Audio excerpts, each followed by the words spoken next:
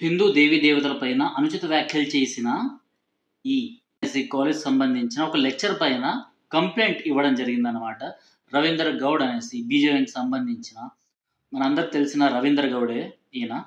ఏదైతే వేములవాడకు సంబంధించిన దర్గా విషయం ఏదైతే ఉందో ఆ దర్గాని అక్కడి నుంచి తీసేయాలనేసి పోరాడిన రవీందర్ గౌడ్ హైదరాబాద్ శివార్లలోని షామీర్పేట్ దగ్గరలోని ఐపీఏ అనేసి ఒక కళాశాలలో ఒక లెక్చరర్ హిందూ దేవీ దేవతల్ని, ఆ లెక్చరర్ పేరు కూడా చెప్తాను, భట్టాచారి అనే పేరు. సో ఆయనకు సంబంధించిన ఒక వీడియో కూడా ఇక్కడ ప్లే అవుతుంది. సో ఈ భట్టాచారి ఏం చేసిండు అంటే ఐఏఎస్ రిటైర్డ్ ప్రొఫెసర్ ఈయన. సో ఈయన ఎట్లా మాట్లాడాలి, హిందూ దేవీ దేవతల గురించి అయినా లేకపోతే ఇతర మతాల గురించి అయినా మాట్లాడేటప్పుడు కనీసం ఒళ్ళు దగ్గర పెట్టుకొని ఏ మతాన్ని కూడా ఏ ధర్మాన్ని కూడా కించపరచకుండా వారి మనోభావాలు దెబ్బ తినకుండా మాట్లాడాలి. కానీ ఈయన ఏం చేసిండు అంటే ఈ సదరు ఎవరైతే రిటైర్డ్ ఐఏఎస్ ప్రొఫెసర్ ఉన్నాడు కదా, సో ఈయన అంట కొన్ని వ్యాఖ్యలు చేసిండు. ఆ వ్యాఖ్యలు నేను ఒకసారి మీకు చదివి వినిపిస్తా, మీరే ఒక్కసారి ఆలోచించండి.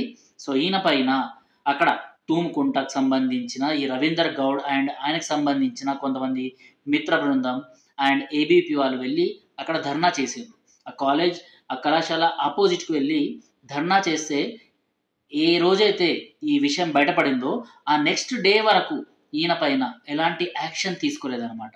ఈ వీడియో సోషల్ మీడియాలో వైరల్ అయింది. ఈ వీడియోని బయటపెట్టింది కూడా ఆ కాలేజ్కి సంబంధించిన కొంతమంది స్టూడెంట్స్. ఫలానా ఒక లెక్చరర్ వచ్చేసి సో హిందూ దేవీ దేవతల్ని దూషిస్తూ ఇలాంటి లెక్చర్లు ఇచ్చాడు, ఈయన పైన స్పష్టంగా మీరు ఏదైనా యాక్షన్ తీసుకోండి అనేసి ఆ విద్యార్థులు చెప్తే ఈయన రంగంలోకి దిగిండన్నమాట. సో అసలు ఏం మాట్లాడినరు అనేది మనం ఒకసారి చూద్దాం.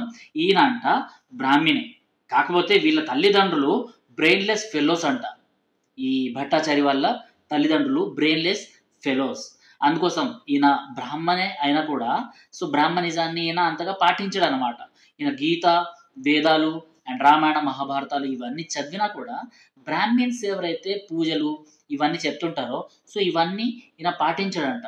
అంటే బ్రాహ్మిన్స్ కేవలము వాళ్ళకు వాళ్ళ డబ్బు కోసము, వాళ్ళ ఉపాధి కోసం, వాళ్ళ పొట్టకూటి కోసం మాత్రమే రెచ్చగొడతారు అనేసి ఇలాంటి వ్యాఖ్యలు చేసిందనమాట.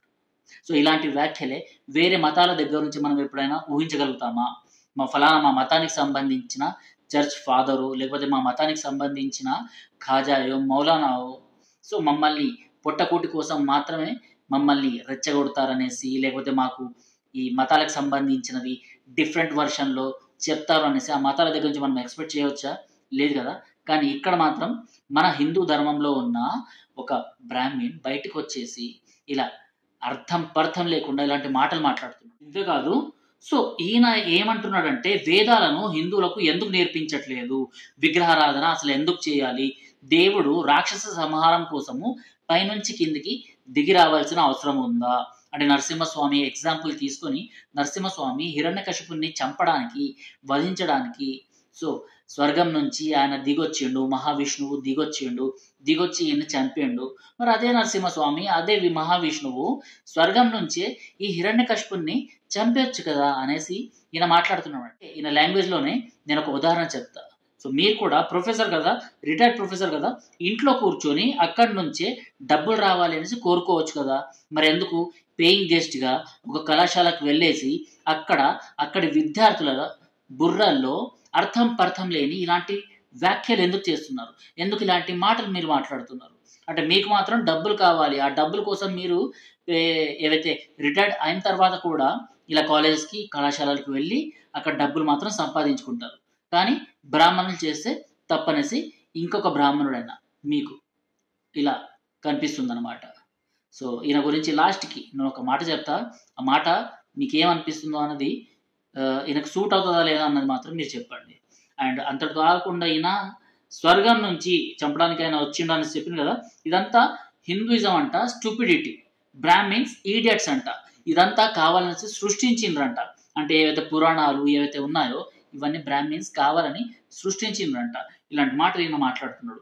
మెడిటేషన్ చేస్తే అన్ని ఎనర్జీస్ అన్నీ మన దగ్గరకు వస్తాయి, ప్రతిదీ క్యూర్ అవుతుంది, ప్రతిదీ అంటే ఎవ్రీథింగ్ మెడిటేషన్ వల్ల క్యూర్ అవుతుంది అని చెప్తున్నాం. రైట్, మెడిటేషన్ వల్ల క్యూర్ అవుతుంది. కానీ నీలాంటి వాళ్ళకు మాత్రం ఎన్ని గంటలు మెడిటేషన్ చేసినా కూడా క్యూర్ అవ్వదు. ఎందుకంటే ఒక ధర్మంలో పుట్టి ఆ ధర్మానికి ఎగెన్స్ట్‌గా అర్థం పర్థం లేని తప్పుడు మాటలు మాట్లాడుతూ విద్యార్థుల మైండ్స్‌లో విష బీజాన్ని నాటుతున్నారనమాట.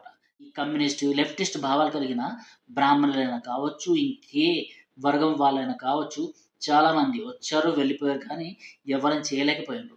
అండ్ ఈయన ఇక్కడ బ్రాహ్మణ్స్‌ని తిడుతూ వేరే కులాల్ని అంటే రెడ్డీస్ అయినా, లేకపోతే చౌదరీస్ అయినా, లేకపోతే ఇంకెవరైనా కూడా వాళ్ళు మాత్రం వాళ్ళ పనులు చేసుకుంటూ బానే ఉన్నారు. కానీ ఈ బ్రాహ్మణ పూజారులు మాత్రం హిందూ ధర్మాన్ని భ్రష్టు పట్టిస్తున్నారు అనేసి ఈయన చెప్పుకొనొచ్చిండు.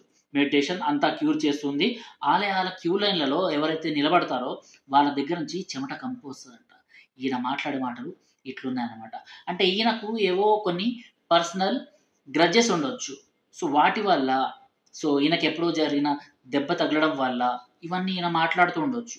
బట్ ఈయన ఎక్కడ మాట్లాడుకోవాలి? 4 గోడల మధ్యలో మాట్లాడుకోవాల్సిన మాటలు ఈయన విద్యార్థుల మైండ్స్‌లో ఇలా విష బీజాల్ని నాటుతున్నాడనమాట. ఇదే కనుక ఒక ఇస్లాం గురించి, లేకపోతే ఒక క్రిస్టియానిటీ గురించి మీరు మాట్లాడి ఉంటే ఈ పాటికి మీ పైన వీళ్ళంటే జస్ట్ అక్కడ గేట్ దగ్గర కూర్చొని నిరసన ప్రదర్శనలు చేసి కంప్లెయింట్ ఇచ్చేసి వెళ్లారు. బట్ ఆయన పైన కూడా అంతగా కంప్లెయింట్ అన్నది అవ్వలేదు. బట్ నేను ఒక మాట చెప్తున్నాను కదా, ఇదే వేరే మతాల జోలికి వెళ్ళి ఉంటే మాత్రం మీరు కంప్లెయింట్ కాదు కదా, మీరు ఆ కాలేజ్ నుంచి బయటకు కూడా వచ్చేవాళ్ళు కాదు. అలా యూనిటీ ఆ అవతలి మతాల వాళ్ళు చూపిస్తారు. సో ఇది మన దగ్గర ల్యాక్ అంటే ఇలాంటివి మన దగ్గర లేవు కాబట్టి, యూనిటీ లేదు కాబట్టి భయపడుతూ ఇక్కడ వీళ్ళకి కంప్లైంట్ చేయాల్సి వచ్చింది. ఈ హిందూ సంస్థల వాళ్ళు వచ్చి దీని గురించి మాట్లాడడం జరిగిందన్నమాట. ఇక అంతటితో ఆగకుండా వాళ్ళ తల్లిదండ్రులనే దూషించిండు. వాళ్ళు బ్రెయిన్‌లెస్ ఫెలోస్ కాబట్టి ఇవన్నీ చేసిండ్రు. సో నేను మాత్రం వాళ్ళని నమ్మను. సో వాళ్ళు చెప్పింది కూడా నేను పట్టించుకోలేదు అనేసి. సో ఇదంతా జరిగింది. అండ్ ఈయన పైన కేస్ నమోదు కూడా చేయడం జరిగింది. కాకపోతే చిన్నపాటి కేసులతో విడిచిపెట్టడం జరిగింది. అండ్ ఆ కాలేజ్‌కి సంబంధించిన వాళ్ళొచ్చి ఈయనకి క్షమాపణలు చెప్పడం జరిగిందనమాట. ఈ రవీంద్ర గౌడ్ అనేసి అన్న ఎవరైతే ఉన్నారో ఆయనకి క్షమాపణలు అడిగిండ్రు. కాకపోతే మీరు కాదు క్షమాపణలు చెప్పడము, ఆ సదరు ఎవరైతే లెక్చరర్ వచ్చిండో, ప్రొఫెసర్ ఎవరైతే వచ్చిండో ఆయన వచ్చి బహిర్గతంగా అందరి ముందర క్షమాపణలు చెప్పాలనేసి వీళ్ళు కోరుకున్నారు. ఇప్పటికీ ఎలాంటి క్షమాపణలు అయితే రాలేదన్నమాట. సో ఈయనకి నేను లాస్ట్‌గా చెప్పేది ఏంటంటే, మీలాంటి వాళ్ళు చాలామంది ఉంటారు. పండిత పుత్ర పరమసుంఠ అనేసి ఒక సామెత మన చిన్నప్పటి నుంచి మనం నేర్చుకుంటూ వస్తాం. నాకైతే పండిత పుత్రులు పరమసుంఠులు అనేసి అక్కడ కనిపించలేదు. బట్ మిమ్మల్ని చూస్తుంటే మాత్రం నేను చెప్తున్నా కదా, భట్టాచార్య గారు మిమ్మల్ని చూస్తుంటే మాత్రం పండిత పుత్ర పరమసుంఠ అనేసి ఏదైతే సామెత ఉందో అది కరెక్ట్‌గా మీకు సూట్ అవుతది అనేసి అనిపిస్తుంది. సో ఈ వీడియో చూస్తున్న వ్యూవర్స్ మీరేమనుకుంటున్నారు? ఎందుకు ఇలాంటి మాటలు కొంతమంది వచ్చి హిందూ ధర్మాన్ని ఇలా మాట్లాడుతున్నారు? ఎందుకు ప్రతిసారి తూలనాడుతూ హిందూ ధర్మాన్నే ఒక రకంగా ఇబ్బంది పెట్టేలాగా, హిందూ ధర్మాన్ని ఇటు సైడు ప్రాబ్లమ్ క్రియేట్ చేసేలాగా ఇలా మాట్లాడుతున్నారు ఎందుకు అనేది కామెంట్ బాక్స్‌లో తెలపండి. అండ్ పండిత పుత్ర పరమసుంఠ అనేసి ఈయనకు మనం అయితే బిరుదునిచ్చాము అంటే మన హిందూ దేవి దేవతల్ని ఈయన దూషించిండు కదా. సో ఈయనకి ఇచ్చిన బిరుదు పైన మీరేమంటారో ఒకసారి కామెంట్ బాక్స్‌లో చెప్పండి.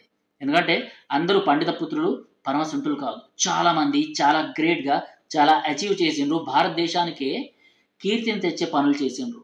బట్ ఇలాంటి వాళ్ళు కొంతమంది ఉంటారు. వాళ్ళు మాత్రం పరమసుంఠలు. ఇలాంటి సుంఠల కథే ఈ భట్టాచారి కథ.